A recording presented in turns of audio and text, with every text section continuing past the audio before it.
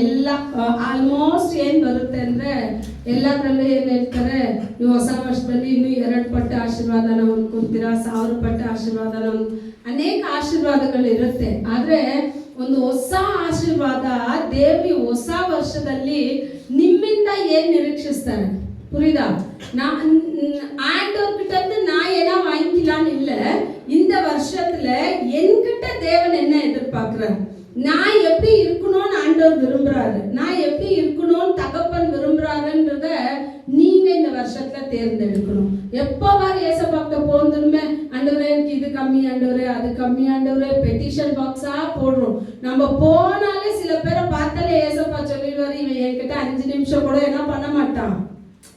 ಹೋದ ತಕ್ಷಣನೇ ದೇವರ ಸಮ್ಮುಖದಲ್ಲಿ ನಿಮ್ ಕಣ್ಣೀರನ್ನ ಸುರಿಸಿ ನಿಮ್ ಕಷ್ಟನೇ ಹೇಳ್ತಾ ಇದ್ರೆ ಏಸಪ್ಪ ತಿಳ್ಕೊಂಡ್ಬಿಡ್ತಾರೆ, ಪೆಟಿಷನ್ ಬಾಕ್ಸ್ ಬಂದ, ಬರೀ ಪೆಟಿಷನ್ ಮಾತ್ರ ಇಡ್ತಾನೆ, ಒಂದು 5 ನಿಮಿಷನಾದ್ರೂ ನನ್ನ ಹತ್ರ ಅವನೇನ್ ಮಾಡಲ್ಲ, ಪ್ರೀತಿಯಿಂದ ಮಾತಾಡಲ್ಲ ಅಂತ. ಏಸಪ್ಪ ಇವತ್ತು ಎದುರು ನೋಡೋದೇನ್ ಗೊತ್ತಾ, ತಮ್ಮ ಮಕ್ಕಳು ತಮ್ಮಲ್ಲಿ ಪ್ರೀತಿಯಿಂದ ಮಾತಾಡ್ಬೇಕಂತೆ.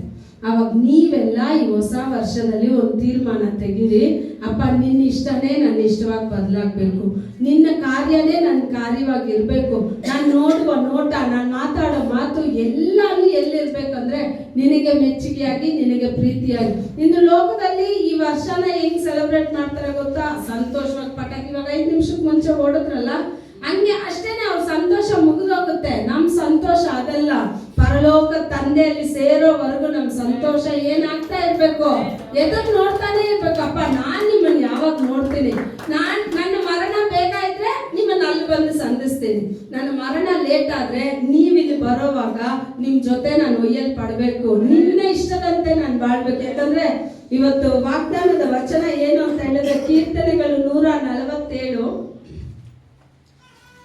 9, 10, 11 ಓದಿ. ಕೀರ್ತನೆಗಳ ಸಾಮ್ಸ್ 147, 10 and 11.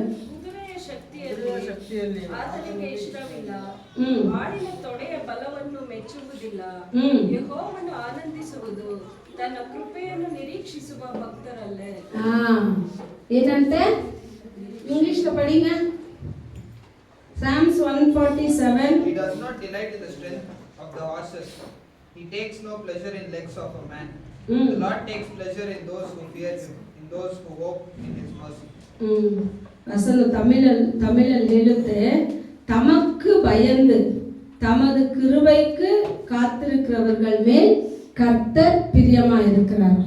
ನಾವೇನ್ ಮಾಡ್ತೀವಿ, ಏನಾದ್ರೂ ಒಂದು ಕಾರ್ಯ ಅಂದ್ರೆ ಈ ಮನುಷ್ಯನ ನೋಡೋಣ, ಆ ಮನುಷ್ಯನ ಬಳಿಯಲ್ಲಿ ನೋಡೋಣ, ಇವ್ರ ಹತ್ರ ಹೋಗಿ ಕೇಳೋಣ, ಅವ್ರ ಹತ್ರ ಸಹಾಯ ಕೇಳೋಣ, ಇದನ್ನೆಲ್ಲ ನೋಡ್ತೀವಿ. ಅದೇ ಕುದುರೆಯ ಬಲ ಅಂತ ಹೇಳಿದ್ರೆ ಅದೇ ದೇವ್ರು ಇಲ್ಲಿ ಹೇಳ್ತಾ ಇದ್ದಾರೆ, ಕುದುರೆಯ ಬಲದಲ್ಲಿ ನಾನು ಇಷ್ಟ ಪಡೋದಿಲ್ಲ, ಇಲ್ಲ ಮನುಷ್ಯನಲ್ಲಿರುವ ಆ ಶಕ್ತಿಯನ್ನ ನೀವು ಬಯಸಿ ಓಡೋದನ್ನ ನಾನು ಇಷ್ಟ ಪಡಲ್ಲ. ದೇವರು ಯಾವ್ದನ್ನ ಇಷ್ಟ ಪಡ್ತಾರೆ ಅಂತ ಹೇಳಿದ್ರೆ, ಆತನ ಕೃಪೆಗಾಗಿ ಯಾರೆಲ್ಲ ನಿರೀಕ್ಷಿಸ್ತಾರೋ ಅವ್ರನ್ನೆಲ್ಲ ದೇವರು ತನಗೆ ಮೆಚ್ಚುಗೆಯಾದ ಪಾತ್ರೆಗಳಾಗಿ ಮಾಡ್ಬಿಡ್ತಾರೆ. ನಾವೇನ್ ತಿಳ್ಕೊಂತೀವಿ, ನಾನು ಎಲ್ಲೆಲ್ಲೋ ಓಡಿ ಸುವಾರ್ತೆ ಸಾಡ್ತೀನಿ, ಎಲ್ಲೆಲ್ಲೋ ಓಡಿ ನಾನು ಪ್ರಾರ್ಥನೆ ಮಾಡ್ತೀನಿ, ಏನೇನೋ ದೊಡ್ಡ ಕೆಲಸ ಮಾಡ್ತೀನಿ ಎಸಪ್ಪ ಅಂತ ನೀವು ತಿಳ್ಕೊಂಡಿದ್ರು, ದೇವರು ಮೊದಲು ಹೇಳೋದೇನ್ ಗೊತ್ತಾ, ನೀನ್ ಫಸ್ಟ್ ನನ್ನ ಸಮ್ಮುಖದಲ್ಲಿ ಕೂತ್ಕೋ. ಏನ್ ಮಾಡ್ಬೇಕು, ಈ ವರ್ಷದಲ್ಲಿ ನೀವು ತೀರ್ಮಾನ ಮಾಡೋದೇನಂದ್ರೆ, வாலிப பிள்ளைகளெல்லாம் கவனம் வச்சு கேளுங்க. இந்த வருஷத்துல நீங்க எடுக்கிற தீர்மானம் எதுன்னு சொன்னா, உங்க சமூகத்துல நான் அதிகமா அமருவேன். என்னது, வாலிப பிள்ளைங்க மட்டும் சொல்லுங்க, உங்க சமூகத்துல, உங்க வாய்ங்கள்ல சுடு சுடா ஈயத்தை காய்ச்சி கொண்டு வந்து நாக்குல, ஏசாயாக்கு அப்படிதான். ஏசாயா அதுக்கு முன்னாடி 5வது அதிகாரத்துல சொல்றாரு, நான் பாவி. 6வது அதிகாரத்துல நான் பாவி பாவி பாவி. ஏன்டா எப்ப பார்த்து பாவி பாவின்னு சொல்ற, நான் தான் உன்னை பரிசுத்தப்படுத்திட்டேனேன்னு ஒரு தேவ தூதன் வந்துட்டு என்ன பண்றாரு, சும்மா வைக்கல, என்னத்த கொண்டு வந்து வைக்கிறாரு தெரியுமா, நெருப்பு. அந்த என்ன சொல்றது, அடுப்பு இருக்குல்ல, அடுப்புல எரிஞ்சிட்டு இருக்க நெருப்பு, கெண்டா, அதை எடுத்துட்டு வந்து எங்க வைக்கிறாரு, நாவல வச்சிருந்ததான் சொல்றாரு, சேனைகளின் கர்த்தர் பரிசுத்தர் பரிசுத்தர் பரிசுத்தர். அப்ப உங்களுக்கு நிதானமா சொன்னா நீங்க கேட்க மாட்டீங்க, உங்களுக்கு எல்லாம் நாக்குல சூடு போட்டாதான் கேட்குவீங்க. கரெக்டா சொல்லுங்க. வருஷத்துல உங்க சமூகத்துல நான் அதிகமா உட்காருவேன்.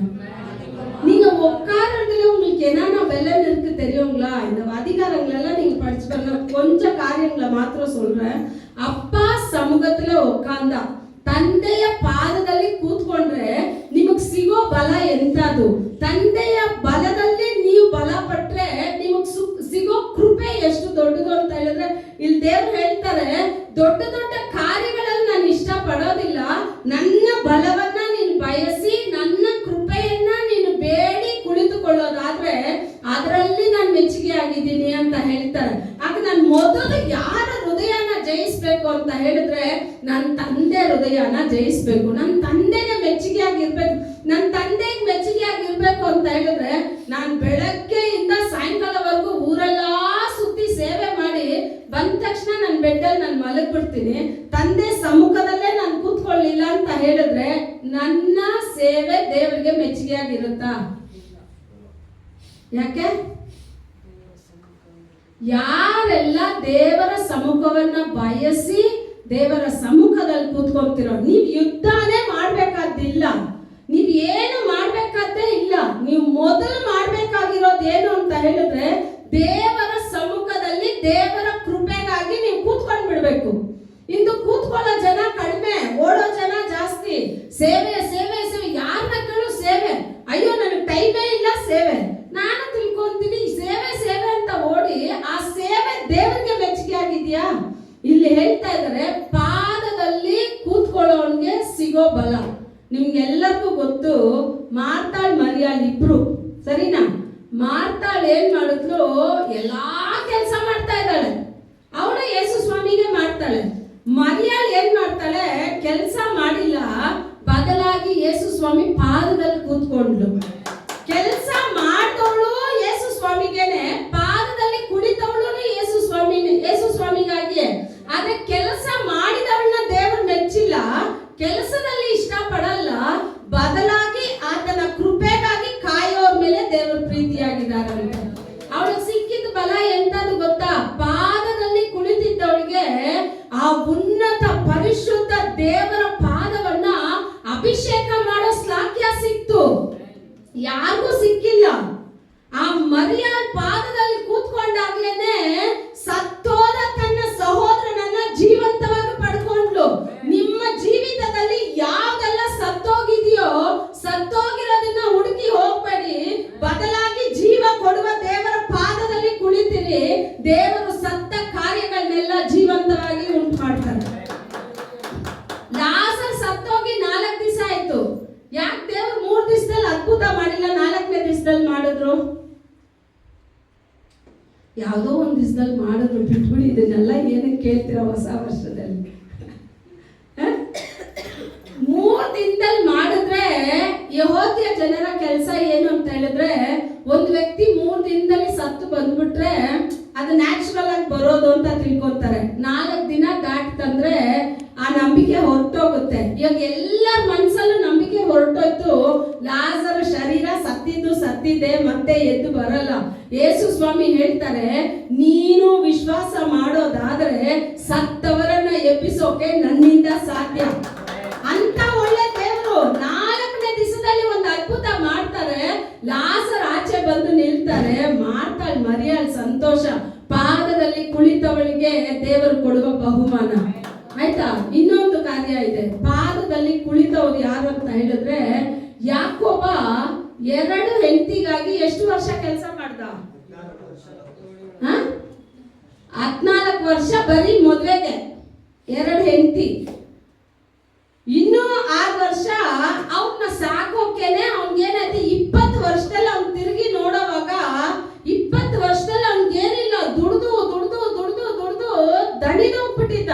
ತಿರುಗಿ ನೋಡ್ತಾನೆ, 20 ವರ್ಷದಲ್ಲಿ ಅವನಿಗೆ ಸಿಕ್ಕಿದ್ದೇನು ಅಂತ ಹೇಳಿದ್ರೆ 4 ಹೆಂಡತಿ, 13 ಜನ ಮಕ್ಕಳು. ಇಷ್ಟೇ. ಏನು? 4 ಹೆಂಡತಿ, ಹೇಳಿ, 13 ಜನ ಮಕ್ಕಳು. ಇಷ್ಟೇ. ಯೇಸು ಸ್ವಾಮಿ ಒಂದು ದಿವಸ ಕನಸಲ್ಲಿ ದೂತನ್ನ ಕಳಿಸಿ ಹೇಳ್ತಾರೆ, ನೀನ್ ನನ್ನ ಸಮ್ಮುಖದಲ್ಲಿ ಕೂತ್ಕೋ ಅಂತ. ಆಗ ನೋಡಿ, 20 ವರ್ಷಗಳು ಅವನು ಸಂಪಾದನೆ ಮಾಡದೆ ಇರೋದನ್ನ ದೇವರ ಸಮ್ಮುಖದಲ್ಲಿ ಕೂತ್ಕೊಂಡ್ಮೇಲೆ ವಚನ ಹೇಳ್ತಾ ಇದೆ, ಅವನು ದೊಡ್ಡ ಧನವಂತನ, ಆತನ ಆಸ್ತಿ ಭೂಮಿ ತಾಳ್ದಷ್ಟು ಅಷ್ಟು 2 ಪರಿವಾರಗಳು. ಒಂದು ಪರಿವಾರ ಅಂದ್ರೆ ಒಂದು ರಾಜರಿಗಿರೋ ಅಷ್ಟು ಆಸ್ತಿ. 2 ಪರಿವಾರಕ್ಕೆ ಒಡೆಯನಾದ. ಯಾವಾಗ ಅಂತ ಹೇಳಿದ್ರೆ 20 ವರ್ಷ ದುಡಿದಾಗ ಅಲ್ಲ, ಆ ದೇವರ ಸಮ್ಮುಖದಲ್ಲಿ ಕುಳಿತಾಗ, ಆ ದೇವರ ಸಮ್ಮುಖವನ್ನು ಬಯಸಿದಾಗ. ಆಗ ನೀವು 6 ದಿನ ಕೆಲಸ ಮಾಡಿ, ಹೆಂಗೆ ಸುತ್ತಿದ್ರು ನಿಮ್ಮ ಹತ್ರನೇ ಬರ್ತೀನಿ. 6 ದಿವಸ ನೀವು ಕೆಲಸ ಮಾಡಿ. ನಿಮ್ಮ 6 ದಿವಸದಲ್ಲಿ ಬಂದು ನಾನು ಕೇಳೋದೇ ಇಲ್ಲ, ಯಾಕೆ ನೀನ್ ಬಂದಿಲ್ಲ, ಯಾಕೆ ಬರ್ಲಿಲ್ಲ, ನಾನು ಏನು ಕೇಳೋದಿಲ್ಲ, ಆಯ್ತಾ? 7ನೇ ದಿವಸ ಒಂದು ಇದೆಯಲ್ಲ, ಅದು ದೇವರ ಪಾದದಲ್ಲಿ ಕುಳಿತುಕೊಳ್ಳುವ ದಿನ, ಅದು ನಿಮ್ಗೆ ಬಿಡುಗಡೆ ಕೊಡುವ ದಿನ, ವಾರ ಎಲ್ಲ ನಿಮ್ಮನ್ನ ಬಲಪಡಿಸೋ ದಿನ, ವಾರ ಎಲ್ಲ ನಿಮ್ಮನ್ನ ನಡೆಸೋ ದಿನ, ವಾರ ಎಲ್ಲ ನಿಮ್ಮ ಮಕ್ಕಳನ್ನ ನಡೆಸೋ ದಿನ. ಆ ದಿನದಲ್ಲಿ ನಾನು ಎಲ್ಲಿ ಇರ್ಬೇಕು ಅಂತ ಹೇಳಿದ್ರೆ, ಈ ತಂದೆಯ ಮನೆಯಲ್ಲಿ ಇರೋವಾಗ್ಲೇನೆ ತಂದೆಯ ಕಣ್ಗಳು ನಮ್ಮನ್ನ ನೋಡುತ್ತೆ. ಆಗ ತಂದೆಯ ಕಣ್ಗಳು ನಮ್ಮನ್ನ ನೋಡುವಾಗ ನಾವ್ ಎಲ್ಲಿರ್ತೀವಿ ಅಂದ್ರೆ ಕೆಲಸದ ಮೇಲೆ ಇರ್ತೀವಿ. ಎಲ್ಲಿರ್ತೀವಿ? ಆಶೀರ್ವಾದ ಬರುತ್ತಾ? ಕೆಲವೊಬ್ಬರಿಗೆ ಗೊತ್ತೇ ಇರಲ್ಲ ಆಶೀರ್ವಾದ ಎಲ್ಲಿಟ್ಟಿದ್ದಾರೆ ಅಂತ. ದೇವರ ಪಾದದಲ್ಲಿ ಕುಳಿತಿರೋರ್ಗೆ ಇರುವ ಆಶೀರ್ವಾದ ಒಂದಲ್ಲ ಎರಡಲ್ಲ. ನಿಮ್ಮ ಆಸ್ತಿನ ಭೂಮಿ ತಡೆಯಕ್ಕೆ ಆಗೋದಿಲ್ಲ. ನಿಮ್ಮ ಸಮೃದ್ಧಿಯನ್ನ ತಡೆ ಮಾಡಕ್ ಒಬ್ರಿಂದ ಸಾಧ್ಯ ಇಲ್ಲ. ನಿಮಗೆ ಬರ್ಬೇಕಾಗಿರೋ ಎಲ್ಲ ಕಾರ್ಯಗಳನ್ನ ದೇವ್ರು ಏನ್ ಮಾಡ್ತಾರೆ, ಒಡೆದು ನಿಮ್ಮ ಪಾದದಲ್ಲಿ ತಂದು ಹಾಕ್ತಾರೆ. ಯಾವಾಗ ಅಂತ ಹೇಳಿದ್ರೆ, ನೀವು ಆತನ ಪಾದದಲ್ಲಿ ಕೂರೋವಾಗ. ಹೇಳ್ತಾ ಇದೆ ವಚನ, தமது கிருபைக்கு காத்திருக்கிறவர்கள் மேல் கர்த்தர் பிரியமாயிருப்பார். ಆಗ ಕರ್ತರು ನಿಮ್ಮ ಮೇಲೆ ಮೆಚ್ಚುಗೆಯಾಗಿರ್ಬೇಕು. ತಂದೆ ನಿಮ್ಮನ್ನ ಮೆಚ್ಚಬೇಕು, ತಂದೆ ನಿಮ್ಮ ದಾರಿಗಳನ್ನ மெச்சಬೇಕು. உங்கள தேவன் அன்பு கூர்னோனா, உங்கள அப்பா நேசிக்கணும்னா நீங்க எங்க இருக்கணும்னா அவருடைய கிருபைக்கு வந்து காத்திருக்கணும். ಕಾಯ್ತೀರಾ? ಹೊಸ ವರ್ಷದಲ್ಲಿ ಎಲ್ಲ ಕೆಲಸನ ಸ್ವಲ್ಪ ತಡೆ ಮಾಡಿ ಅಪ್ಪ ಹತ್ರ ಹೇಳಿ, ಅಪ್ಪ ಒಂದು ಸಮಯ ನಾನು ಇಟ್ಟು ನಿನ್ನ ಸಮ್ಮುಖದಲ್ಲಿ ಬಂದು ನಾನು ಕೂತ್ಕೊಂತೀನಿ. ಯವ್ವನಸ್ಥ ಮಕ್ಕಳೆಲ್ಲ, ನಿಮ್ಮ ವಯಸ್ಸಲ್ಲಿರೋ ಪ್ರತಿಯೊಂದು ಯವ್ವನಸ್ಥ ಮಕ್ಕಳಿಗಾಗಿ ಪ್ರಾರ್ಥನೆ ಮಾಡೋದು ನಿಮ್ಮ ಕರ್ತವ್ಯನೇ. ನಿಮ್ಮ ಹಿಂದೆ உங்க பின்னாடி எத்தனை வாலிப பிள்ளைகளை ஆண்டவர் வச்சிருக்கிறாரோ அத்தனை பிள்ளைங்களுக்கும் உத்தரவாதம் நீங்க தான். நாளைக்கு பரலோகத்துல போகும்போது நான் வேற எந்த பிள்ளைங்களையும் சொல்ல விரும்பல, நான் தெபோராவே சொல்றேன். தெபோரா போய் நின்னுச்சுன்னா, அங்க தெபோரா ஜெபிக்க வேண்டிய அந்த ஸ்தானத்தை விட்டா அந்த வழியில இருந்து விழப்போகிற ஒவ்வொரு வாலிப பிள்ளைங்களையும் யார் கணக்குல கேட்குவார்னா உங்க கணக்குல தான் கேட்குவார். அப்ப நீங்க பரலோகத்துக்கு போகும்போது ஒரு கூட்டத்தை ஆண்டவர்கிட்ட கொண்டு போகணுமா, எல்லாரும் எனக்கு சத்தியம் சொல்லுனியேன்னு உங்களை சபிக்கிற சத்தம் கேட்கணுமா? எது கேட்கணும்? எதுவும் கேட்கறது வேண்டாம். நாங்க இப்படியே சும்மா உட்காந்துட்டு சும்மா ஏஞ்சி போறோம். நீங்க ஒண்ணுமே சொல்லாது, அசைவே இல்லாத இருக்கிறீங்க. திட்டுனாலும் அசைய மாட்டேன்றீங்க, நல்லா சொன்னாலும் அசைய மாட்டேன்றீங்க, அன்பா சொன்னாலும் அசைய மாட்டேன். எப்படி சொல்லணும்னே எங்களுக்கு எல்லாம் பண்ணல, எங்களையே குழப்பி விட்டுறீங்க சில நேரத்துல. நீங்க எல்லாம் எப்படி இருக்கணும்னா, யுத்தத்துல கொண்டு போய் சேர்க்கும் போது மோச பலிபீடத்தை கட்டி மலை மேல ஏறி தேவ சமூகத்துல நிக்கும் போது வசனம் சொல்லுது, மலைக்கு அடிவாரத்துல அந்த பீரியட்ல இருந்த வாலிப பிள்ளைங்க பலிபீடம் கட்டி பலி செலுத்தினாங்களாம். பலிபீடம் கட்டி பலி செலுத்தினாங்க. அனனியா சபீரா செத்த போது தூக்கிட்டு போய் அடக்கம் பண்ணாங்க. நீங்க யாரையும் தூக்குறதே வேண்டாம், உங்களை நாங்க தூக்க வேண்டியதா இருக்குது. ஏஞ்சுக்கோங்க ஏஞ்சுக்கோங்க, ஆராதனைக்கு நில்லுங்க, கையை தட்டுங்க, வாய் திறந்து சொல்லுங்க. வாலிப பிராயத்துல ஆண்டவருக்கு தான் நீங்க உங்க பிராயத்தை கொடுத்துருங்க. நீங்க கொடுத்து பாருங்க, நீங்க உட்கார்ந்து பாருங்க, இந்த இடம் இப்படி காலியாவே இருக்காது. உங்க வழியா அநேக வாலிப பிள்ளைகளை ஆண்டவர் சபையில கொண்டு வந்து போட்டுருவார். இந்த கம்மனடியில எந்த சைடு திரும்பினாலும் வாலிப பிள்ளைங்க ಯಾವ ಕಡೆನಾದ್ರೂ ನೋಡಿ ಚಿಕ್ಕ ಚಿಕ್ಕ ಯವ್ವನಸ್ಥ ಮಕ್ಕಳು ಸತ್ತೋಗಿರೋ ಫೋಟೋಗಳನ್ನ ಇಟ್ಟಿರ್ತಾರೆ. ಆ ಫೋಟೋಗಳನ್ನೆಲ್ಲ ನೋಡುವಾಗ ನಿಮ್ಗೆ ಮನಸ್ಸು ಚುಚ್ಚೋದಿಲ್ಲ, ಎಷ್ಟು ಯವ್ವನಸ್ಥ ಮಕ್ಕಳು ಸಾಯ್ತಾ ಇದ್ದಾರೆ. ಒಂದೊಂದು ಯವ್ವನಸ್ಥ ಮಕ್ಕಳಿಗೆ ನೋಡಕ್ ಆಗೋದಿಲ್ಲ, ಅವ್ರ ಬಟ್ಟೆಗಳನ್ನಂತೂ ನೋಡಕ್ಕೆ ಆಗೋದಿಲ್ಲ. ಅದನ್ನ ನೋಡಿ ಆನಂದ ಪಟ್ಟು, ಅಯ್ಯೋ ನಾಳೆ ನಾನು ಇದೇ ತರನೇ ಬಟ್ಟೆ ತಗೋಬೇಕು ಅಂತ ಇಷ್ಟಪಡ್ತೀರಾ? ಅದಲ್ಲ. ಅಪ್ಪ ಇವ್ರನ್ನೆಲ್ಲ ಕ್ಷಮಿಸಿ, ಇವ್ರನ್ನೆಲ್ಲ ನಿನ್ನ ರಾಜ್ಯಕ್ಕೆ ಕರ್ಕೊಂಡು ಬನ್ನಿ ಅಂತ ನೀವು ಬೇಡವಾಗ ನೀವು ಪಾದದಲ್ಲಿ ಕೂತ್ರೆ ದೇವರು ಈ ವರ್ಷ ಅನೇಕ ಯವ್ವನಸ್ಥನ ನಮ್ಮ ಸಭೆಗೆ ತಂದು ಹಾಕ್ತಾರೆ. ವಿಶ್ವಾಸ ಇದೆಯಾ? ವಿಶ್ವಾಸ ಇದ್ದಿದ್ರೆ ಇಷ್ಟೊತ್ತು ನೀವೇ ಕೈ ತಟ್ಟಿ ದೇವರಿಗೆ ಕೃತಜ್ಞತೆಯನ್ನು ಸಲ್ಲಿಸ್ತಾ ಇದ್ರಿ. ನೀವಲ್ಲ, ಈ ಯವನಸ್ಥರು ಅನ್ನೋ ಮುದುಕರು, ಯವನಸ್ತ್ರ ಹೆಸರಲ್ಲಿರೋ நீவெல்ல யவனஸ்தரு உங்க வாலிப பிராயத்தை ஏசப்பா கொடுங்க, வேற யாருக்கும் வேண்டாம். ஏசப்பா உங்க வழியா தேசத்தை அசைக்க வல்லவரா இருக்கிறார். நீங்க எல்லாம் சாதாரணமான ஆட்கள் கிடையாது, நீங்க எல்லாம் தேசத்தை அசைக்கிறவர்கள். ವಾಲಿಬ பிள்ளைகள் எழும்பி ಪ್ರಕಾಶಿಸணும். ಅವ್ರು ಮಾತ್ರ ಅಲ್ಲ, ನೀವು ಅಷ್ಟೇ. ನಿಮ್ಮ ಕೊರತೆಗಳನ್ನೆಲ್ಲ ತಳ್ಳಿ ದೇವರ ಸಮ್ಮುಖದಲ್ಲಿ ಕೂತ್ಕೊಳ್ಳಿ. ಅಪ್ಪ, ನಿನ್ನ ಕೃಪೆ, ನಿನ್ನ ದಯೆ, ನಿನ್ನ ಬಲ, ನಿನ್ನ ಇಷ್ಟವಂತೆ ನನ್ನನ್ನು ನಡೆಸಿ. ಒಂದು ಎರಡು ಅಲ್ಲ, ಯೇಸು ಸ್ವಾಮಿ ಸತ್ತು ತಮ್ಮನ್ನ ಶಿಷ್ಯರಿಗೆಲ್ಲ ತೋರ್ಪಡಿಸ್ತಾರೆ. ಯೋಹಾನ 21ನೇ ಅಧಿಕಾರದಲ್ಲಿದೆ, ಮನೆಯಲ್ಲಿ ಹೋಗಿ ನೀವು ಓದ್ ನೋಡ್ಬೇಕಾದ್ರೆ. ಎಲ್ಲರೂ ಏನ್ ಮಾಡ್ತಾರೆ, ಎಲ್ಲರೂ ಯೇಸು ಸ್ವಾಮಿ ದರ್ಶನನು ಕೊಟ್ಬಿಟ್ರು, ನಾನು ಜೀವಂತವಾಗಿ ಎದ್ದು ಬಂದಿದ್ದೀನಿ ಎಲ್ಲ ನೋಡ್ಬಿಟ್ಟು ಈ ಪೇತ್ರ ಏನ್ ಮಾಡ್ತಾನೆ, ಯೇಸು ಸ್ವಾಮಿದೆಲ್ಲ ಏನು ಕೆಲ್ಸಕ್ಕೆ ಆಗೋ ತರ ಇಲ್ಲಪ್ಪ, ನಾನು ಮೀನ್ ಹಿಡಿಯೋಕೆ ಹೋಗ್ತೀನಿ ಅಂತ. ನಮ್ದ್ರಲ್ಲಿ ಗೊತ್ತಲ್ಲ, ಸಭೆನಲ್ಲೂ ನೋಡಿ, ಎಲ್ಲಾ ಸಭೆಗಳಲ್ಲೂ ಎಲ್ಲರೂ ಚೆನ್ನಾಗಿ ಕೂತಿರ್ತಾರೆ. ಟೈಮ್ ಆಯ್ತು ಅಂತ ನೋಡಿ ಒಬ್ರು ಬ್ಯಾಗ್ ಎತ್ಕೊಂಡು ಹೋಗ್ಲಿ, ಅವ್ರ ಹಿಂದೆನೆ 4-5 ಜನ ಎದ್ದೋಗ್ತಾ ಇರ್ತಾರೆ. ನೋಡಿದ್ದೀರಾ? ಇದೊಂದು ಅಂಟ್ರೋಗ ತರ. ಒಬ್ರು ಹೋದ್ರೆ ಅವ್ರ ಹಿಂದೆನೆ ಏನ್ ಮಾಡೋದು, ಹೋಗ್ತಾ ಇರ್ತಾರೆ. ಒಬ್ರು ಮಾತಾಡಕ್ ಸ್ಟಾರ್ಟ್ ಮಾಡ್ಲಿ, ನಾನು ಪಕ್ಕದಲ್ಲಿ, ಇದೊಂಥರ. ಆದ್ರೆ ಇದನ್ನೆಲ್ಲ ಏನ್ ಮಾಡ್ಬೇಕು, ಈ ಪೇತ್ರನು ಹಂಗೆ, ನಾನ್ ಮೀನ್ ಹಿಡಿಯೋಕ್ ಹೋಗ್ತೀನಿ, ಅವನ ಜೊತೆ ಯೋಹಾನ ಇದ್ದ ಶಿಷ್ಯರೆಲ್ಲ ಮತ್ತೆ ಎಲ್ಗೋದ್ರು, ಮೀನ್ ಹಿಡಿಯೋದ್ರಿಂದ ದೇವರು ನಮ್ಮನ್ನ ಕರ್ಕೊಂಡು ಬಂದು ಎಲ್ಲ ಹಾಕಿದ್ರು, ಸಭೆನಲ್ಲಿ ಹಾಕಿದ್ರು. ಮೀನ್ ಹಿಡಿಯೋ ಕೆಲಸ ಅಲ್ಲ ನಿಮ್ದು, ಮನುಷ್ಯರನ್ನ ಹಿಡಿಯೋ ಕೆಲಸ ನಿಮ್ದು. ಆಗ ನಾನ್ ಕಾರ್ಯ ಮಾಡ್ತೀನಿ, ನೀವು ನನ್ನ ಸಮ್ಮುಖದಲ್ಲಿ ಕೂತಿರಿ. ಈಗ ಏನ್ ಮಾಡ್ತಾ ಪೇತ್ರ ಹೋಗ್ಬಿಟ್ಟು ರಾತ್ರಿ ಎಲ್ಲ ಬಲೆ ಹಾಕ್ತಾನೆ ಇದ್ದಾರೆ. ಮೀನ್ ಸಿಗುತ್ತಾ? ಯಾಕೆ ಮೀನ್ ಸಿಗಲ್ಲ? ರಾತ್ರಿ ಎಲ್ಲ ಮೀನ್ಗೆ ಕ್ಲಾಸು. ಏನ್ ಕ್ಲಾಸ್ ಅಂದ್ರೆ, ನಾಳೆ ರಾತ್ರಿ ಸಾಯಂಕಾಲದಿಂದ ಪೇತ್ರ ಬಲೆ ಎಲ್ಲ ತಗೊಂಡು, ನೀವು ಯೋಚನೆ ಮಾಡಿ ನೋಡಿ, ನೀವೆಲ್ಲ ಮೀನ್ನ ಸಾಧಾರಣವಾಗಿ ತಿಳ್ಕೊಬೇಡಿ. ಅದಕ್ಕಿರೋ ಜ್ಞಾನ, ಅದಕ್ಕಿರೋ ಆ ಒಂದು ಆಸಕ್ತಿ. ಕೀರ್ತನೆಗಳು 104 ಹೋಗಿ ಓದ್ ನೋಡಿ, ಆ ಮೀನ್ ಮಾಡೋ ಕೆಲಸ ಏನೇನು ಅನ್ನೋದನ್ನ ಅದ್ರಲ್ಲಿ ಕೊಟ್ಟಿರ್ತಾರೆ. ಈ ಮೀನುಗಳಿಗೆಲ್ಲ ಒಂದು ಕೆಲಸ ಏನಂತ ಹೇಳಿದ್ರೆ, ಪೇತ್ರನ್ ಬಲೆ ಪಕ್ಕದಲ್ಲೇ ಹೋಗ್ಬೇಕು, ಆದ್ರೆ ಒಂದು ಎಲ್ಲಿ ಹೋಗ್ಬಾರ್ದು, ಬಲೆ ಒಳಗಡೆ ಹೋಗ್ಬಾರ್ದು. ಆ ಮೀನು ಎಷ್ಟು, ನಾವು ಮೀನು ಅಂತೀವ, ನೀರಿಂದ ಎದ್ದ ತಕ್ಷಣ ಜೀವ ಹೊರಟೋಗುತ್ತೆ. ಆದ್ರೆ ಅದು ನೋಡಿ, ಪೇತ್ರನ್ ಬಲೆ ಪಕ್ಕದಲ್ಲೇ ಇದೆ. ನೀವು ನಾನು ತಿಳ್ಕೊಂಡಿರೋಂಗೆ ಪೇತ್ರ ಸಾಧಾರಣ ವ್ಯಕ್ತಿ ಅಲ್ಲ. ಅವನು ಹುಟ್ಟದಾಗ್ಲಿಂದ ಮೀನ್ ಹಿಡಿಯೋನು. ಅವನಿಗೆ ಗೊತ್ತು ಯಾವ ಆಳದಲ್ಲಿ ಯಾವ ಮೀನಿದೆ, ಎಷ್ಟೊತ್ತಿಗೆ ಹೋದ್ರೆ ಯಾವ ಮೀನ್ ಮಲಗಿರುತ್ತೆ, ಯಾವ ಮೀನ್ ಓಡಾಡುತ್ತೆ ಅಂತ ಎಲ್ಲ ಗೊತ್ತು. ಅಂತ ವ್ಯಕ್ತಿನೇ ಬಲೆ ಹಾಕೋವಾಗ ಅವನ ಬಲೆನಲ್ಲಿ ಒಂದು ಮೀನು ಬಂದು ಬಿದ್ದಿಲ್ಲ. ಅವನ್ ರಾತ್ರಿ ಎಲ್ಲ ಹಾಕಿ ಹಾಕಿ ಹಾಕಿ ಸುಸ್ತಾದ ಯೇಸು ಸ್ವಾಮಿ ಕರೆಯಲ್ಲಿ ನಿಂತಿದ್ದಾರೆ. ಯೇಸು ಸ್ವಾಮಿ ಹೇಳ್ತಾರೆ, ಬಲೆನ ನಿಮ್ಮಿಷ್ಟಕ್ಕೆ ಹಾಕ್ಬೇಡಿ, ಬಲೆ ಹಾಕೋದನ್ನ ನನ್ನಿಷ್ಟಕ್ಕೆ ಹಾಕಿ, ನನ್ನ ಬಲಗಡೆ ಎಲ್ಲ ಹಾಕಿ. ಎಲ್ಲ ಹಾಕಿ ಅವಾಗ ಮೀನ್ಗೆಲ್ಲ ಏನ್ ಅಪ್ಪಣೆ, ಅವ್ರು ಅವ್ರ ಬಲಗಡೆ ಹಾಕ್ತಾನೆ ಇರ್ತಾರ, ರಾತ್ರಿ ಎಲ್ಲ ಹಾಕಿರ್ತಾರೆ.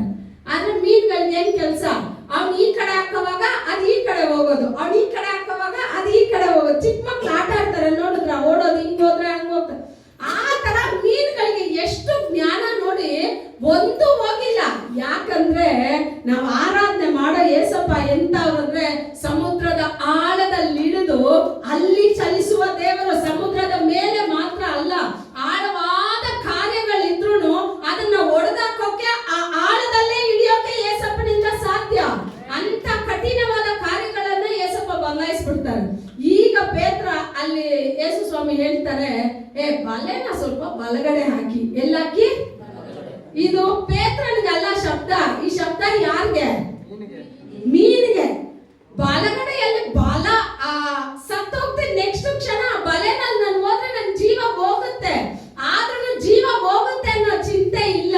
ನನ್ನನ್ನ ಸೃಷ್ಟಿ ಮಾಡಿದ ಯಜಮಾನನ ಶಬ್ದ ಬರ್ತಾ ಇದೆ, ನಾ ಆ ಬಲೆಯಲ್ಲಿ ಹೋಗ್ಬೇಕು. ಅವನ್ ಬಲ ಹಾಕಿದ್ದೆ ತಡ, ಅಷ್ಟು ಮೀನು ಬಂದು ಆ ಬಲೆ ಒಳಗಡೆ ಬಂತಂತೆ. ಅದ್ರಲ್ಲಿ ಎಷ್ಟು ಮೀನಿತ್ತು ಅಂತ ಗೊತ್ತಾ? ಒಬ್ರಾದ್ರೂ ಹೇಳ್ಬಿಡಿ. ದೊಡ್ಡದು ಮಾತ್ರ 153. ಎಷ್ಟು ಮೀನು? ಚಿಕ್ಕದೆಲ್ಲ ಇಲ್ಲ. ಏಸಪ್ಪನ ಕ್ಯಾಲ್ಕುಲೇಷನ್ ನೋಡಿದ್ರ, ಬಲೆ ಎಳಿಯೋಕ್ ಮುಂಚೆನೆ ಎಷ್ಟು ಕಡೆ ಅರ್ಧೋಯ್ತು ಬಲೆ. ಅಷ್ಟು ಎಳೆಯುವಾಗ ಬಲೆ ಎಷ್ಟು ಕಡೆ ಹರಿದೋಯ್ತು? ಏನ್ ವಿಶೇಷತೆ ಗೊತ್ತಾ? ಬಲೆ ಒಂದು ಕಡೆನೂ ಹರಿಲೇ ಇಲ್ಲ. ಇದೇನ್ ಗೊತ್ತಾ? ಸಭೆನಲ್ಲಿ ನಾವಿದ್ರು, ಸಭೆನಲ್ಲಿ ಏನೇ ಕೊರತೆ ಇದ್ರು ಅದನ್ನ ಹರಿದೇ ಕಾಪಾಡೋದೇ ನಿಮ್ ಕೆಲಸ. ನೀವೇ ಮೀನ್ಗಳು. ನಾವೇನ್ ಮಾಡ್ತೀವಿ ಗೊತ್ತಾ? ಅದನ್ನ ಹರಿದು ಚಿಕ್ಕ ನೊಣ ಹೋಗೋ ಆ ಹೋಲ್ಸ್ನ ಹರಿದು ಒಂದು ಮನುಷ್ಯನೇ ಡೈವ್ ಹೊಡೆದು ಕೆಳಗಡೆ ಬಿದ್ಬಿಡ್ತಾನೆ. ಅಷ್ಟು ದೊಡ್ಡದನ್ನ ತೂತು ನಾವೇನ್ ಮಾಡ್ಬಿಡ್ತೀವಿ. ಅದ್ರಲ್ಲಿ ಬಲೆ ಹರಿಲೇ ಇಲ್ಲ. ಅಷ್ಟು ಮೀನುಗಳನ್ನ ಕರೆಗೆ ಎಳೆದ್ರಂತೆ. ಅಲ್ಲಿ ಹೇಳ್ತಾ ಇದೆ, ಆ ಸಮುದ್ರದ ತೀರಕ್ಕೆ ಬರೋಕ್ ಮುಂಚೆನೆ ಯೇಸು ಸ್ವಾಮಿ ಎಲ್ಲ ಬೆಂಕಿ ಎಲ್ಲ ಹಾಕಿ ಕೆಲವೊಂದು ಮೀನುಗಳನ್ನ ಸುಟ್ಟು ರೊಟ್ಟಿನೂ ತಯಾರಿ ಮಾಡಿ ಇಟ್ರಂತೆ. ಆಗ ನೀವು ಸಮ್ಮುಖದಲ್ಲಿ ಕೂತ್ಕೊಳ್ಳೋದಾದ್ರೆ ದೇವರು ನಿಮಗೋಸ್ಕರ ಎಲ್ಲವನ್ನ ಸಿದ್ಧತೆ ಮಾಡಿ ಇರ್ತಾರೆ. ಇವಾಗ ನೀವೇ ಪ್ರಯಾಸ ಪಡ್ಬೇಕು ಅಂತ ಇಷ್ಟಪಡ್ತೀರಾ? ದೇವರ ಸಮ್ಮುಖದಲ್ಲಿ ಕೂತ್ಕೋಬೇಕು ಅಂತ ಇಷ್ಟಪಡ್ತೀರಾ?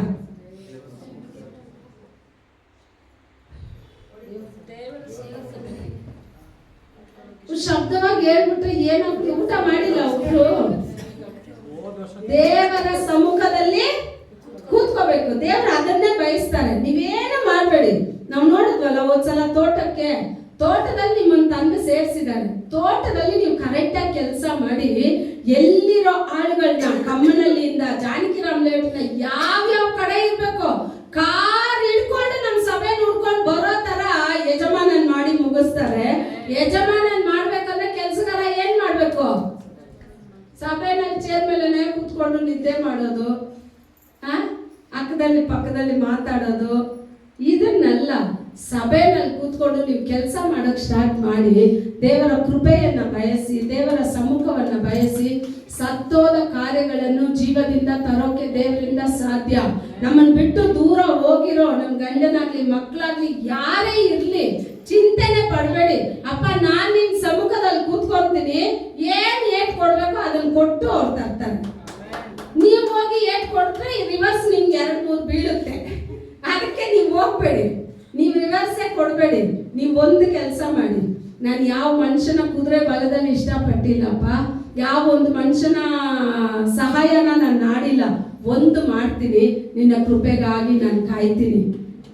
ಎಸೆಕ್ಯ ರಾಜನ ಬಳಿಯಲ್ಲೂ ಅಷ್ಟೇ, ಎಲ್ಲ ಸನಕೇರಿಪ್ ಎಂಬ ರಾಜ ಬಂದ್ಬಿಟ್ಟು ಎಷ್ಟು ಭಯ ಪಡಿಸ್ತಾನೆ ಅಂದ್ರೆ ದೇಶದ ಜನ ಎಲ್ಲ ಭಯ ಬಿದ್ಬಿಟ್ರು.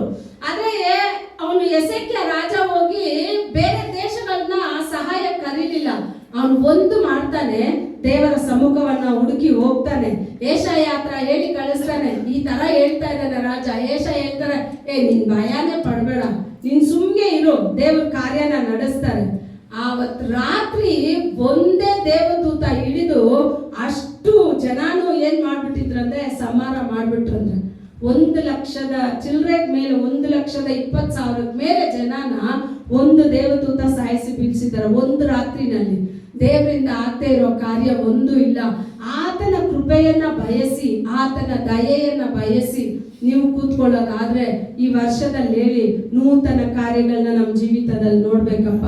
ಇನ್ನೊಂದು ತೀರ್ಮಾನನೂ ಎತ್ತಿ, ಏನೇ ಆಗ್ಲಿ ರಾಜ, ಆರಾಧನೆಯಲ್ಲಿ ನಾನು ತಪ್ಪಿಸ್ಕೊಳ್ಳೇಬಾರ್ದು. ಒಂದೊಂದು ಆರಾಧನೆಯಲ್ಲೂ ನಿನ್ನ ಸಮ್ಮುಖದಲ್ಲಿ ಬಂದು ನಾನು ಬಿದ್ದುಬಿಡ್ತೀನಿ. ಹೊಟ್ಟೆ ನೋವಿರ್ಲಿ, ತಲೆನೋವಿರ್ಲಿ, ಏನೇನು ನಿಮ್ಗೆ ಕೂತ್ಕೊಳ್ಳೋಕೆ ಆಗಿಲ್ಲ ಅಂದ್ರೂ ಪರವಾಗಿಲ್ಲ, ಟ್ರಿಪ್ಸ್ ಆದ್ರೂ ಹಾಕೊಂಡು ಬಂದು ಲಾಸ್ಟ್ ಚೇರಲ್ಲಿ ಆದ್ರೂ ಕೂತ್ಕೊಂಡ್ಬಿಡಿ, ನಾವು ಸಂತೋಷವಾಗಿ ನೋಡ್ಕೊಂತೀವಿ ನಿಮ್ಮನ್ನ. ನಾವು ನೋಡ್ಕೊಳ್ಳೋಕ್ಕಿಂತ ಬಲಪಡಿಸೋ ಕರ್ತನು ನಿಮ್ಮನ್ನ ಬಲಪಡಿಸ್ಬಿಡ್ತಾರೆ. ಎಷ್ಟೇ ಬಲಹೀನತೆ ಇರ್ಲಿ, ನೀವು ನಿಂತ್ಕೊಂಡು ಹಾಡು ನೋಡಿ, ನೀವು ನಿಂತ್ಕೊಂಡು ದೇವರ ಸಮ್ಮುಖದಲ್ಲಿ ಬೇಡ ನೋಡಿ, ನಿಮ್ಮನ್ನ ಅಧಿಕವಾಗಿ ಅದ್ಭುತವಾಗಿ ದೇವರು ನಡೆಸೋಕೆ ಶಕ್ತರಾಗಿದ್ದಾರೆ. ಈ ವರ್ಷದ ವಾಗ್ದಾನ ನಿಮ್ಗೇನು ಅಂತ ಹೇಳಿದ್ರೆ, ಈ ವರ್ಷ ಎಲ್ಲ ಈ ವಾಗ್ದಾನದಲ್ಲಿ ದೇವರು ಕರ ಇಟ್ಟು ಹೇಳಿ, ಅಪ್ಪ ನಿನ್ನ ಸಮ್ಮುಖದಲ್ಲಿ ಕೂತ್ಕೊಳ್ಳೋಕೆ ನಮ್ಮ ಕೃಪೆ ತೋರು, ನಿನ್ನ ಸಮ್ಮುಖನ ಬಯಸೋಕೆ ನಮ್ಮ ಕೃಪೆ ತೋರು, ನಿಮ್ಮ ಸಮ್ಮುಖದಲ್ಲಿ ನಾವು ಆನಂದ ಪಡೋಕೆ ಕೃಪೆ ತೋರು ಅಂತ ನೀವು ಕೇಳಿ ದೇವರು ನಿಮ್ಮನ್ನ ಖಂಡಿತ. ಯಾಕಂದ್ರೆ ಗರ್ವಿಷ್ಠರಿಗೆ ದೇವರೇ ಎದುರಾಗಿ ಬರ್ತಾರಂತೆ, ತಗ್ಗಿಸುವವನಿಗೆ ದೇವರ ಕೃಪೆಯನ್ನ ದಯಪಾಲಿಸ್ತಾರಂತೆ. ಆತನ ಕೃಪೆ ನಮ್ಮನ್ನ ಹುಡುಕಿ ಬಂದು ರಕ್ಷಿಸ್ತು. ಆತನ ಕೃಪೆ ಈ ಭೂಮಿನಲ್ಲಿ ನಮ್ಮ ಜೀವನನ ನಡೆಸೋಕೆ ನಮ್ಮ ಕೃಪೆ ತೋರುತ್ತೆ. ಆಗ ನಿಮಗೆ ಮನುಷ್ಯ ಬಲ ಬೇಕಾ, ದೇವ್ರ ಕೃಪೆ ಬೇಕಾ? ನಾ ಪ್ರತಿ ಬಾರಿ ಹೇಳ್ತೀನಿ, ಈ ಲೋಕದ ಐಶ್ವರ್ಯನಿಟ್ಟು ಪರಲೋಕದ ಆಶೀರ್ವಾದನ ಪಡ್ಕೊಳ್ಳೋಕೆ ಸಾಧ್ಯನೇ ಇಲ್ಲ. ಆದ್ರೆ ಪರಲೋಕದ ಆಶೀರ್ವಾದನ ಇಟ್ಟು ಈ ಲೋಕದಲ್ಲಿ ಎಲ್ಲಾನ ಪಡ್ಕೊಳ್ಳೋಕೆ ನಮ್ಮಿಂದ ಸಾಧ್ಯ. ನಿಮ್ಗೆ ಯಾವ್ದು ಬೇಕು? ಈ ಭೂಮಿಯ ಆಶೀರ್ವಾದ ನಾನು ಹೇಳೋದಲ್ಲ, ಮೊದಲು ದೇವರ ರಾಜ್ಯವನ್ನ ನೀತಿಯನ್ನ ಹುಡುಕಿ, ಆಮೇಲೆ ಇದೆಲ್ಲ ಏನ್ ಕೊಡುತ್ತೆ? ಏನೇನ್ ಬೇಕು ನಿಮ್ಗೆ? ದೊಡ್ಡ ಬಂಗ್ಲೆ ಬೇಕಾ? BMW ಕಾರ್ ಬೇಕಾ? ಏನೇನ್ ನೀವು ಬಯಸ್ತಿರೋ, ಕತ್ತು ಇಲ್ಲಿಂದ ಇಲ್ಲಿವರೆಗೂ ಒಡವೆ ಬೇಕಾ?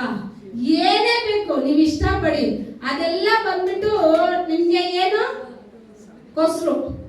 ಕರೆಕ್ಟಾ? 500 ರೂಪಾಯಿ ತರಕಾರಿ ಎಲ್ಲ ತಗೊಂಡ್ಮೇಲೆ ಕೊತ್ತಂಬರಿ ಕರ್ಬೇವಿನ ಸೊಪ್ಪಿಗೆ ಏನಾದ್ರು ಕೇಳಿ ಕಾಸು ಕೊಡ್ತೀರಾ? ಅವನ ಹತ್ರ ಏನ್ ಕೇಳ್ತೀರಾ? ಇಷ್ಟು ತಗೊಂಡಿದ್ದೀನಿ, ಸ್ವಲ್ಪ ಕೊತ್ತಂಬರಿ ಕರ್ಬೇವಿನ ಸೊಪ್ಪು. ಅದೇ ತರನೇ ನೀವು ದೇವರ ರಾಜ್ಯನ ಹುಡ್ಕೋದಾದ್ರೆ ಈ ಭೂಮಿನಲ್ಲಿರೋ ಅಷ್ಟು ಆಶೀರ್ವಾದನು ನಿಮ್ಗೆ ದೇವರು ಕೃಪೆಯಾಗಿ ದಯಪಾಲಿಸ್ತಾರೆ. ನೀವೇ ಹೇಳ್ತೀರಾ, ಅಪ್ಪ ಮನೆ ಚಿಕ್ಕದಾಗಿದೆ, ಪಾತ್ರೆಗಳು ಜಾಸ್ತಿ ಅದೇ, ದೊಡ್ಡ ಮನೆ ಬದಲಾಯಿಸು. ಏನು ದೊಡ್ಡ ಮನೆ? ಒಂದು ಕಾರ್ ನಿಂತ ಮೇಲೆ ಅಪ್ಪ ಒಂದು ಕಾರ್ಗೆ ಜಾಗ ಇಲ್ಲ, 2 ಕಾರ್ ನಿಲ್ಸೋ ಅಷ್ಟು ಮನೆ ಬದಲಾಯಿಸ್ತಾನೆ ಇರ್ತಾರೆ. ಯಾವಾಗ ಬದಲಾಯಿಸ್ತಾರೆ ಅಂತ ಹೇಳಿದ್ರೆ, ನಾನು ದೇವರ ಕೃಪೆಯನ್ನ ಬಯಸಿ, ದೇವರ ದಯೆಯನ್ನ ಬಯಸಿ ನಾನು ಹೋಗುವಾಗ ದೇವರು ಖಂಡಿತ ಉನ್ನತ ಸ್ಥಾನದಲ್ಲಿ ತಮ್ಮ ಮಕ್ಕಳನ್ನ ಇಡ್ತಾರೆ. ಶ್ರೇಷ್ಠವಾದನ್ನ ತಮ್ಮ ಮಕ್ಕಳಿಗೆ ಕೊಡೋ ದೇವರು ಉತ್ತಮವಾದ ಗೋಧಿಯಿಂದ ಅಲ್ಲ, ಉಚ್ಚಿತமான ಗೋಧಿயினால நம்மை போஷிக்கிறது ಅನ್ನೋದು, ಗಂಜಿಯಿಂದ ಅಲ್ಲ, ಉತ್ತಮವಾದ ಅಂದ್ರೆ ಶ್ರೇಷ್ಠವಾದ ಆಹಾರದಿಂದ ನಿಮ್ಮನ್ನ ಪೋಷಿಸ್ತಾರೆ. ಯಾವಾಗ ಅಂತ ಹೇಳಿದ್ರೆ ಆತನ ಕೃಪೆಯನ್ನ ನೀವು ಬಯಸಿ ನೀವು ಹೋಗುವಾಗ ದೇವರು ನಿಮ್ಮನ್ನ ನಡೆಸೋಕೆ ಶಕ್ತರಾಗಿದ್ದಾರೆ. ಈ ಹೊಸ ವರ್ಷದಲ್ಲಿ ಕಾಲಿಟ್ಟಿದ್ದೀರಾ, ಇನ್ನೂ ಅಧಿಕವಾಗಿ ಬೇರೆ ಏನು ಕೇಳ್ಬೇಡಿ. ಅಪ್ಪ ನಾನು ಇನ್ನೂ ಅಧಿಕವಾಗಿ ನಿಮ್ಮನ್ನ ಪ್ರೀತಿಸ್ಬೇಕು, ನಾನು ಇನ್ನೂ ಅಧಿಕವಾಗಿ ನಿನ್ನ ಸಮ್ಮುಖದಲ್ಲಿ ಬರಬೇಕು, ಇನ್ನೂ ಹೆಚ್ಚಾಗಿ ನಿನ್ನಲ್ಲಿ ನಾನು ಬೆಳಿಬೇಕು ಅಂತ ನೀವು ಕೇಳಿ ನಿಮ್ಮನ್ನ ಬೆಳೆಸಿ ಅನೇಕರಿಗೆ ಆಶೀರ್ವಾದವಾಗಿ ದೇವರು ನಿಮ್ಮನ್ನ ಬದಲಾಯಿಸ್ಬಿಡ್ತಾರೆ. ನಿಮಗ್ ಮಾತ್ರ ಆಶೀರ್ವಾದ ಅಲ್ಲ, ಅನೇಕರಿಗೆ ಆಶೀರ್ವಾದ. ನಿಮ್ ಜೀವಿತದಲ್ಲಿ ಕೊರತೆ ಇದೆಯಾ? ಹೇಳಿ, ಅಪ್ಪ ಇದ್ರಲ್ಲಿ ನನ್ಗೇನೋ ಪಾಠ ಕಲಿಸ್ತಾ ಇದೆಯಾ, ನಾನು ಕಲ್ತ್ಕೊಳ್ಳೋಕೆ ಕೃಪೆ ಕೊಡಿ ಅಂತ ಕೇಳಿ ದೇವ್ರು ಖಂಡಿತ ನಿಮ್ಮನ್ನ ಆಶೀರ್ವದಿಸಿ ನಡೆಸೋಕೆ ದೇವರು ಶಕ್ತರಾಗಿದ್ದಾರೆ. ಈ ಹೊಸ ವರ್ಷದಲ್ಲಿ 2026ನೇ ವರ್ಷದಲ್ಲಿ ದೇವರು ನಿಮ್ ಪ್ರತಿಯೊಬ್ಬರನ್ನು ಆಶೀರ್ವದಿಸ್ಲಿ. ನನ್ನ ಸಭೆನಲ್ಲಿ ಕೊಟ್ಟಿರೋ ಪ್ರತಿಯೊಂದು ಕುಟುಂಬಕ್ಕೂ ದೇವರ ನಾಮದಲ್ಲಿ ಸ್ತೋತ್ರನ ಹೇಳ್ತೀನಿ. ನೀವು ಇನ್ನೂ ಸಮೃದ್ಧಿಯಾಗಿ ಇನ್ನೂ ಹೆಚ್ಚಾಗಿ ಆಶೀರ್ವಾದ ಹೊಂದ್ಕೊಳ್ಳೋ ಮಕ್ಕಳಾಗಿರ್ಲಿ ಅಂತ ಹೇಳಿ ದೇವರ ನಾಮದಲ್ಲಿ, ಯೇಸುವಿನ ನಾಮದಲ್ಲಿ ನಿಮ್ ಪ್ರತಿಯೊಬ್ಬರನ್ನ ಏನ್ ಮಾಡ್ತಾ ಇದ್ದೀವಿ? ನಾವು ಹಾರಿಸ್ತಾ ಇದ್ದೀವಿ. ದೇವರ ನಾಮಕ್ಕೆ ಸ್ತೋತ್ರ ಉಂಟಾಗ್ಲಿ. ಈ ವೇಳೆಯಲ್ಲೂ ಸಹ ಇದು ಕಾಣಿಕೆಯ ಸಮಯ. ಯೇಸು